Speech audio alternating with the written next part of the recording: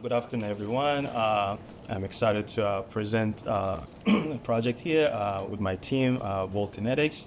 We're excited we collaborated in helping Volt expand into their reach into the bringing the innovative technology. Kicking in, I will introduce the team. Our project lead, Achol Chowdhury. She was responsible for the back office notes, user interviews, problem statement, validation tracker, prototype. Myself, I'm the business analyst, did the market context, competitive analysis, wireframing, showing concept to stakeholders. We have Rajat Narang, the product manager. He ensured all our communications. He formed the questionnaires. He gathered insights and did the stakeholder analysis. A bit about Volt. Volt Kinetics is an innovative sports technology started by Joshua Gao. It's a company. The company flagship product is the dot drill that you can see over there. The technology was initially designed to serve the elite athletes by providing real-time performance data, improving efficiency, and reducing the risk of injury. Currently, Volt Kinetics is contributing providing into a consumer market, capitalizing on the rising demand for personalized fitness experiences. This is the dot drill, and over there you can see a short clip on how the product is being used with a two-footstep. Volt Kinetics is an intelligent flooring. It has advanced embedded sensors in the mat, which has 5 dots on it, and it has sensors on it, and it gives you a direct feedback on your form and performance. As the user uses the drill, it detects any weight distribution with alignment and gives a feedback based on that. This is a quick look of the interface currently that Volt has. On the right here, answer here, before you start, this is how it shows up. It has these 2 dot drills. The yellow ones are light up where you put a 2-foot in if you perform a 2-foot drill, and then you do a 15 seconds, and then over there you can see the insight you get after the 15 seconds. It shows you all these data and metrics, which is out there. Moving forward, we have a problem statement where Volt Kinetics is looking into expanding to the consumer gym market. Our project was focusing on identifying the most valuable features for gym goers and owners, and we're kind of redesigning the product to meet needs while maintaining a premium appeal on the product. So we kind of use throughout the Capstone, we use a 6 sprint, which is we use a design thinking framework, which has a 6 sprint, and then our first sprint, which is kind of understanding the problem space, where we started by asking questions regarding what gyms users and owners really wanted, and the sprint was mostly kind of like defining the problem itself. And we kind of employ all these methods, market analysis, identifying client interests, user persona, empathy mapping, early interest interviews. And over there you can see like a rough sketch, just like a map of New York City, Lower Manhattan, where we kind of have like a geographical target area where we have all these elite gyms like Equinox, Orange Theory, Live Fitness, just to kind of have a focus around that area. And we kind of have an hypothesis we emerge during all these stages where users want more data-driven insights for their workouts. Next slide is just we visit Yale to kind of better understand the product. Just we were able to meet the whole team, which is gain insights there. Yeah, and I'll introduce to Raj to take us on to the next sprints. All right, thank you so much, Dauda. And let's move forward, talk about the sprints 2 and sprint 3 that we worked on. That was basically a research and proof of concept phase. We did multiple interviews, sent out surveys, and did the comparative analysis to understand the pain points and the hotspots of what the consumer market is looking for, right? And based on our initial hypothesis, which much to our surprise was wrong, that users want data-driven insights, more data-driven insights. That wasn't the case at all. Like they expressed, they didn't want many data-driven insights. Instead, they wanted insights on injury prevention and form correction. Plus, the primary insight that we got from them was it's about the space. Like instead of instead of taking up more space, we wanted to make sure that we're making use of free space. Of course, because we live in New York City, so space is always a problem, right? And the third one was the interface that Volt's app offers. It's a little complicated to understand for a normal gym goer, a normal gym goer person. So the interface needs to be more beginner friendly, and shouldn't require more prior knowledge about any of the data that's presented. So based on that, our initial prototype was we'll switch the narrative from having the raw data to like feedback based insights, and then make the interface more user friendly, and then also introduce real time data informed correction and injury prevention. And then going forward in the sprint 4, we tested the hypothesis on basically providing real-time form correction, as well as focusing less on data this time. And the changes that we made, first thing was again having real-time feedback on form correction. Second would be having preset programs on goals. So people have different fitness goals. So based on what kind of goal they have, they could choose the drills and whatever they want to do. And then also obviously simplifying the data interface. As you can see, that's a low fidelity prototype that we had in the beginning, and then eventually marketed as a beginner friendly product that a normal consumer or someone going to the gym for the first time can actually understand and use and get insights based on how they perform, and also a space saving measure instead of taking up more space.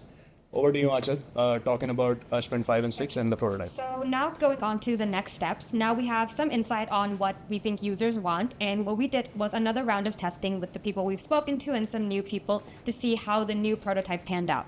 So here's some of the feedback that we got. First is that users liked the idea of having a personal trainer mode for injury prevention during free lifting. So as they're lifting, they liked the idea of having real-time feedback, hearing on how they're doing.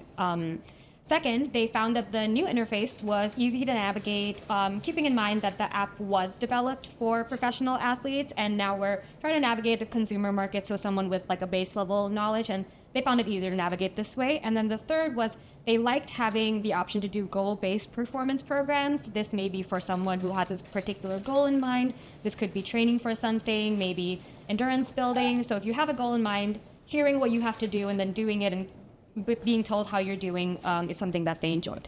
So from here, we came up with our solution. And our solution is to show how gyms can, by themselves, be smart interactive spaces.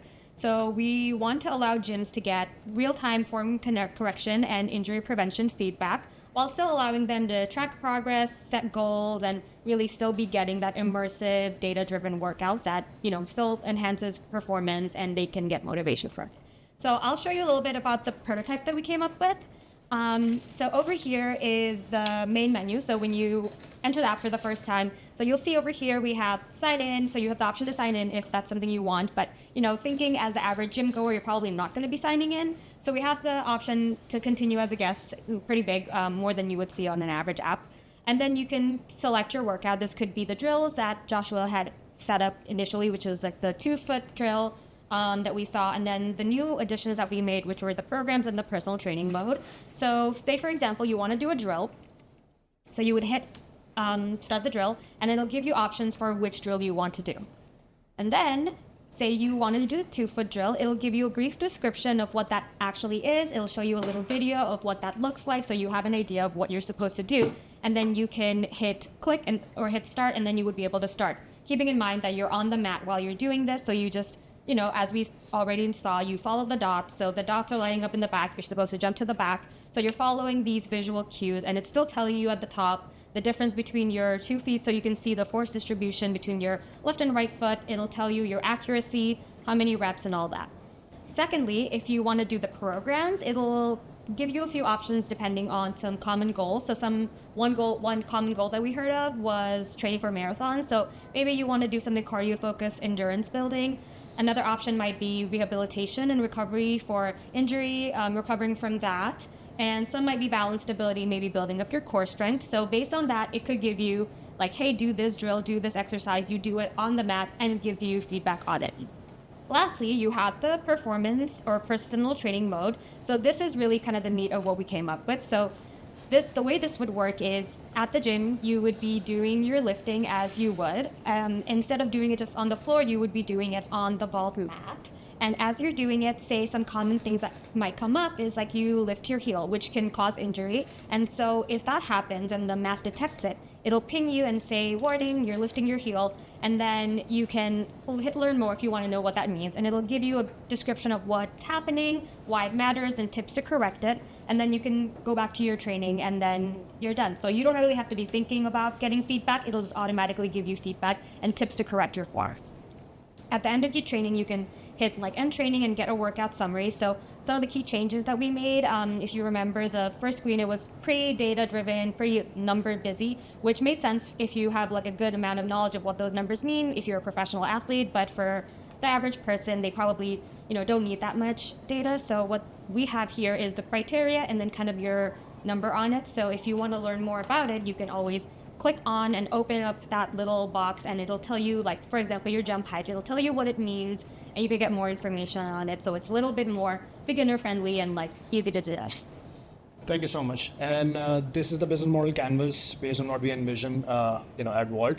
I'll start with the unique value proposition that we have, as we, talked about the real-time form correction and injury prevention insights. That's what demanded by the market, consumer market, and then obviously data, followed by the data that is actually gonna, give those insights, and then guidance for new users, as we have the personal training mode. Going forward, customer segments. So our customers would be segmented into like high-tech elite gyms, Equinox, any boutique gyms out there in New York City, fitness enthusiasts, whoever works out on a regular basis, and as well as beginner gym goers who just started their fitness journey. And then apart from that, the key partners that we have would be fitness equipment distributors, catalogs, high-end gyms, along with being a customer, they'll also be a partner. And then elite training centers, again, any boutique gyms or any specialized gyms like who offer CrossFit workouts or HIIT workouts, classes, whatever it might be. Key activities: developing the app and the programs and interface, continuously iterating on that based on product feedback. Sales and marketing, as well as creating partnerships within the fitness ecosystem.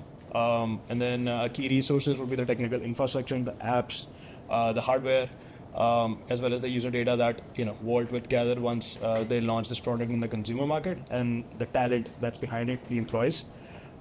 Customer relationships, training and onboarding the gym staff when we actually make the sale, and we have to educate the customer, as well as they'll be able to use that with their clients who go to the gym, and dedicated customer support as the product is being rolled out in the market.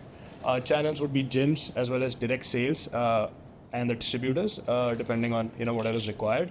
The cost structure would be marketing and sales, spending on advertisement, promotion all throughout the city, manufacturing and distribution of the mat, as well as research and development on adding new features, more sensors, making the mat bigger, smaller, whatever it might be, and of course the software maintenance on the back end.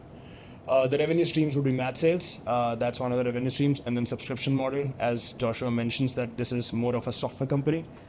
So going forward, it'll be more towards marketed more towards as a software company.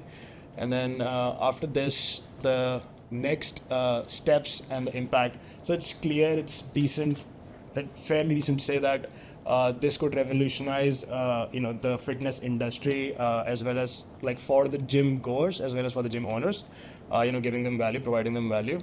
And what we suggest as the next steps would be piloting this in the gyms to actually validate the solution and get more feedback, and keep making constant changes, learning and keep making constant changes.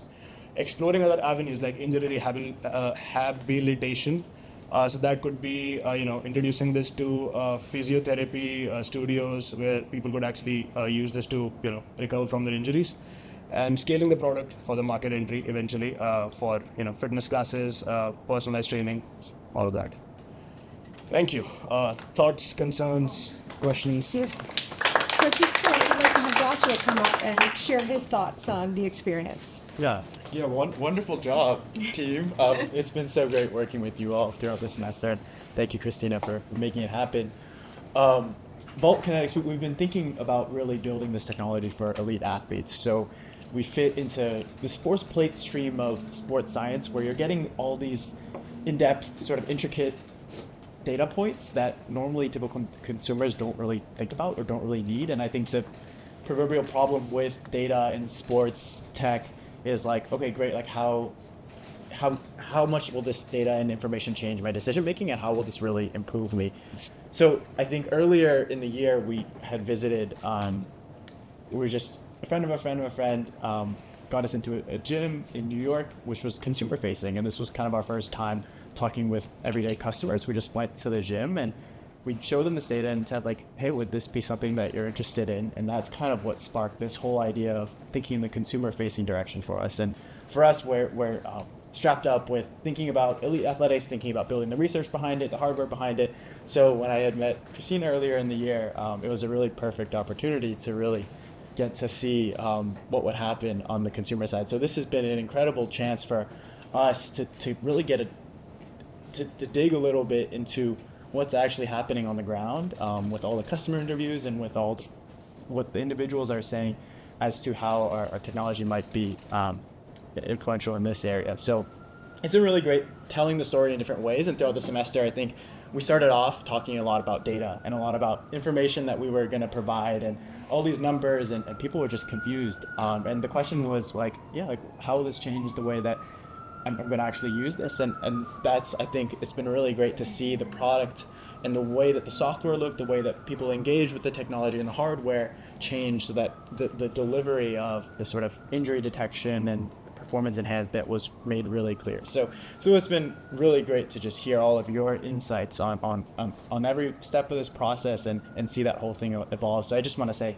thank you very much for Christina and the team, and Akarsha, of course, for making this happen. It's been a pleasure working with you all.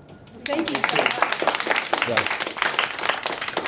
So now it's time for the Q&A. You can stand up there with the team. Okay. Where we grill them and ask them questions. So what was the toughest part of this project? Or what caught you by surprise when you first started? I think the toughest part of the project was I think you tend to cling on to your hypothesis. So we were just so sure that people would be like, oh my God, cool data, cool technology, give me all of it. But then, actually hearing that, there's a way to navigate that with pivoting, I think that was kind of hard for me. But then, Josh was really great at that. He was like, oh my God, awesome. We can just do this and this. And I was like, oh, okay, I guess that's a great way to think about it. Yeah. Yeah. Okay, so I love your presentation, and after so to say, I have seen it in the classes where you guys have worked so much. I have seen the product as well. I wanted to know more about the competitive analysis and how is your product having a differentiator as compared to the other things in the market. I think a little bit of, let me just pull that out. Just have it at the back here.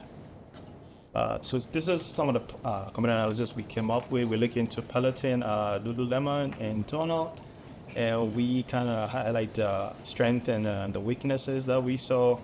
You can see they have high cost. There's usually some of the high cost. You can see it doesn't provide the agility, jump, and performance. So that's what we wanted to highlight. This focus with Volkinetics, where he's gonna be able to show up the jump performance and all of the other information there. Okay. Thank you. What was the most fun part of this entire project? Trip to Yale. Trip to Yale, trying the product. Tried the product, met the whole team, met the people who actually were involved in the vision of the idea, the professors at Yale, and saw where it actually came into existence, like the lab and everything. Also got the best pizza in the country, the world. So that was the most fun part. So that was better than the pizza we had on Halloween when we had this huge I don't know. You guys are going to Get a judge. Okay. I think this is a question with Joshua in the team. What applications do you see for this? Do you see something healthcare on this car? Yes, definitely. So, ultimately, we're a sports tech company building sports tech products, but we're kind of building Flora in that. That's the new thing of actually Flora you're able to interact with and extract information from about how humans are doing. So, all sorts of academic fields and healthcare space have looked at gait analysis and not only use it for orthopedics and the obvious feet measurements, but for predictors of neurological things like Alzheimer's or dementia. So there are other spaces in which we're thinking about, and that's what I think is, because we're early stage. So what's really exciting, I think, for us building this is to see that, great, we have some tech that we can pull off, and there are all these different sorts of channels, whether it's within the sports tech, the elite athletics, or the consumers, or whether it's in the healthcare space, to just understand, hey, there are quite a few. It's a great playground for us to play in. So yeah. And you reached out to orthopedics, just doctors specifically, around they might like or like they might want or like they're. I had knee surgery face to face, so I know the way some of this stuff goes at HSS, and I feel like it can be very useful. But one of the things I also wonder is though, how do you know, or how do you deal with like telling me, oh, I can do this exercise, but then I can do it this way, but you might do it a different way. You know, what if it's bad for me to, turn more to the left or to the right or whatever, and differentiating like that, or is there any worry about along those lines, or, what would doctors say? Yeah, so it's funny that you talked specifically about like the knee and these sorts of areas. During the same, so this all started from a class and started from the Center for Engineering Innovation Design at Yale, and kind of within the same cohort of the class, there was another problem statement called the Valley score. And this was actually not directly related to knees, particularly. Some people maybe have used it for knees, but it was just a board where they wanted to map your pressure and your center of gravity as you're standing on it, and they would want to track, essentially, are you able to manipulate and shift your center of balance to follow this dot on a screen? And that researchers at the med school at Yale thought that maybe there's some interesting applications for reactivity, et cetera, and to see how different people can respond to this similar step by. So definitely a lot of thought in adjacent areas of that. Not too much that we have personally delved down into, but maybe lessons for other full caps of go. Did you find it in interacting with like consumers versus elite athletes at Yale? Was the experience different in terms of the types of questions they're asking, the type of data they're looking at, or sort of what their goals are?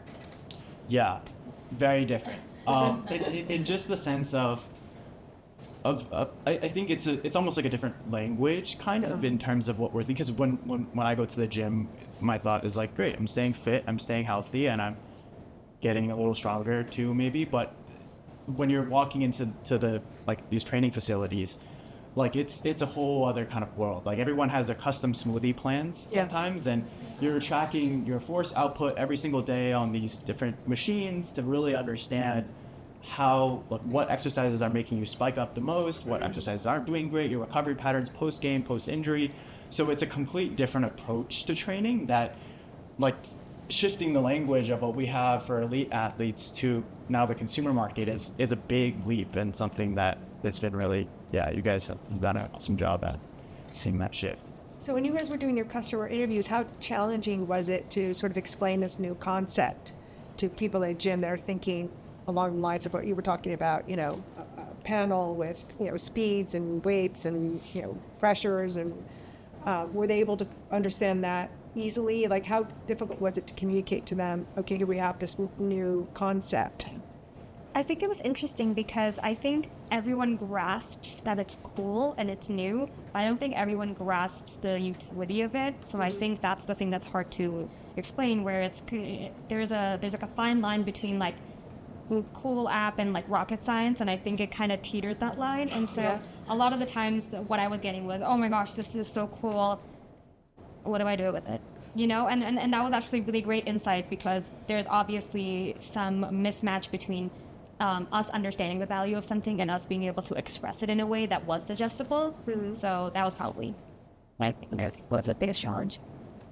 Do anybody have any other questions? One project. Well, thank you so much.